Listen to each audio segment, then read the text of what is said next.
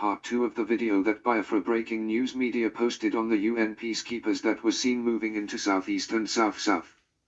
And today, we are discussing the process of deploying UN peacekeepers, the eligibility 0F the participatory members, the reasons that can buttress the UN peacekeeping force deployment. The big question is, are the UN security forces officially deployed to Nigeria as it has been circulating? Let's find out. The deployment of UN peacekeeping forces to any country requires a formal decision by the UN Security Council. Typically, the process involves consultations among Security Council members, discussions on the situation in the country concerned, negotiations on the mandate and scope of the operation, and the adoption of a resolution. If UN peacekeeping forces were indeed deployed to Nigeria this year, 2023, it would likely have been in response to a request from the Nigerian government or with the consent of the parties involved in a conflict or crisis in Nigeria. Now, the unanswered question is, who invited the UN peacekeeping force to Nigeria? What are the reasons for the invitation? Continue watching the video. You will find out. The mandate of the mission would have been defined in a resolution adopted by the Security Council, specifying the objectives, tasks, and rules of engagement for the peacekeeping forces. It is pertinent and important to note that UN peacekeeping missions are complex endeavors, and the deployment process can vary depending on the specific circumstances and requirements of each situation. It involves careful consideration of various factors, including the security situation on the ground, the consent of the parties involved, the availability of resources and personnel, and the mandate of the mission as determined by the Security Council. Important questions. 1. Can the UN Security Council deploy its peacekeeping forces to any country including Nigeria without a formal deliberation about it openly in the UN Security Council meetings? The answer is no. The UN Security Council cannot deploy peacekeeping forces to any country without open deliberation about it in the Security Council meetings. The UN Charter requires the Security Council to discuss any threats to international peace and security openly and transparently, and the deployment of peacekeeping forces is no exception. The decision to deploy peacekeeping forces requires the approval of the Security Council, and this approval is obtained through a formal resolution. The resolution sets out the mandate, objectives, and scope of the operation, as well as the specific tasks to be undertaken by the peacekeeping forces. During the deliberations on the resolution, member states can express their views on the proposed deployment, ask questions, and raise concerns. This process allows for open and transparent discussion and ensures that member states have an opportunity to provide input and shape the mandate of the operation. Once the resolution is adopted, the Secretary-General can proceed with the deployment of the peacekeeping forces. This means that the Secretary-General henceforth be responsible to also provide regular updates to the Security Council on the progress of the mission and any challenges encountered. From the points so far, the UN Security Council cannot deploy peacekeeping forces to any country without open deliberation and discussion in the Security Council meetings because the approval of a formal resolution is required, which sets out the mandate, objectives, and scope of the operation, and allows for open and transparent discussion among member states. This brings us to the question, are the UN security forces officially deployed to Nigeria? Following the reactions of Biafrans from the last video I posted, I made some findings and there was no official deliberations by the United Nations Security Council concerning the deployment of UN peacekeeping forces to Nigeria. This called for another question, which is, who authorized and deployed the UN peacekeeping force that was seen in Nigeria while they were moving into the South-South and South-East? Let's continue. Another fact is that there is what is called United Nations peacekeeping operations, special political missions and other political presences that the UN contemporarily deployed in about 26 countries all over the world including Nigeria. Just like their name sounds, they are deployed to countries suspected that conflicts or crises before, during and after their democratic elections with the aim of maintaining peace and tranquility via aversion of tensions. 2. How are the United Nations, UN, peacekeepers constituted and deployed? The UN peacekeeping forces are composed of military, police, and civilian personnel from various UN member states. These personnel are sent to areas where there are conflicts or crises, with the goal of maintaining peace and security, promoting reconciliation, and protecting civilians. The process of deploying UN peacekeepers begins with a request from the UN Security Council or the Secretary-General for a peacekeeping operation.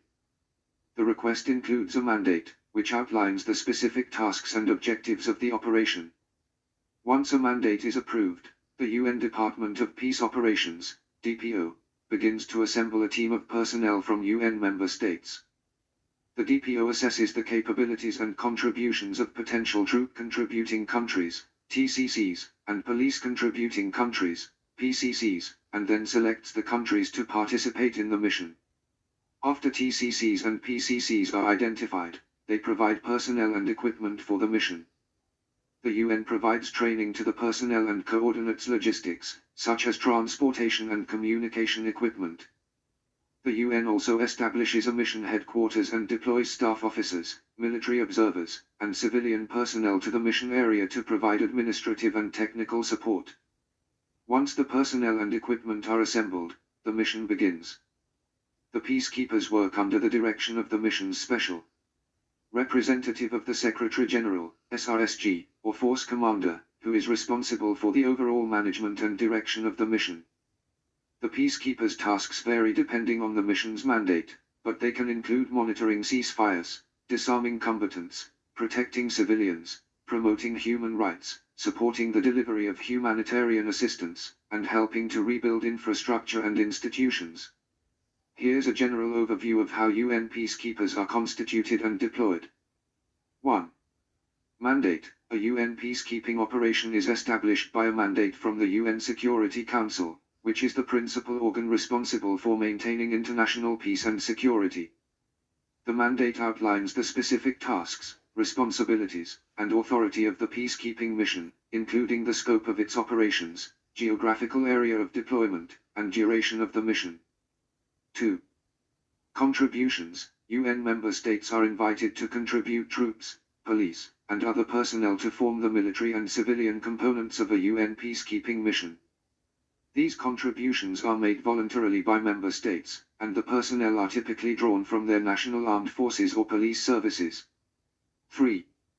Command and control. Once the contributing countries provide personnel, they are integrated into a unified command and control structure under the leadership of a senior UN official. This structure is responsible for planning, coordinating, and overseeing the operations of the peacekeeping mission. 4.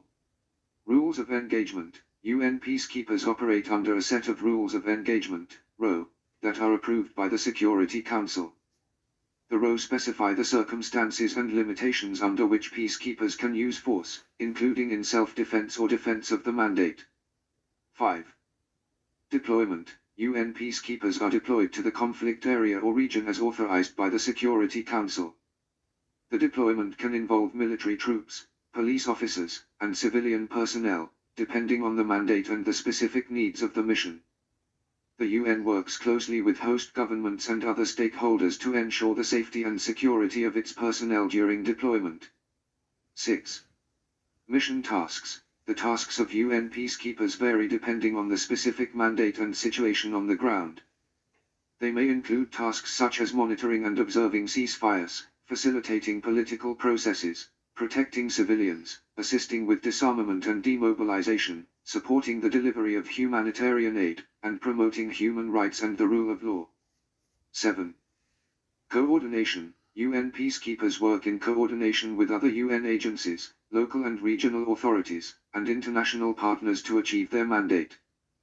This includes cooperation with humanitarian agencies, diplomatic efforts, and coordination with other peacekeeping missions or regional organizations, if applicable. 8. Review and renewal. The mandate of a UN peacekeeping operation is periodically reviewed and renewed by the Security Council to assess progress, adapt to changing circumstances, and ensure continued effectiveness and relevance of the mission. It's important to note that the specifics of UN peacekeeping operations can vary depending on the mission and context.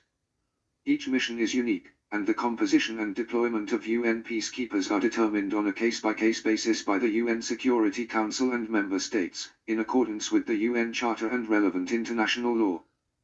Whatever the reason for the sudden deployment aside, the points made so far are, BBN Media will keep you posted as events unfolds.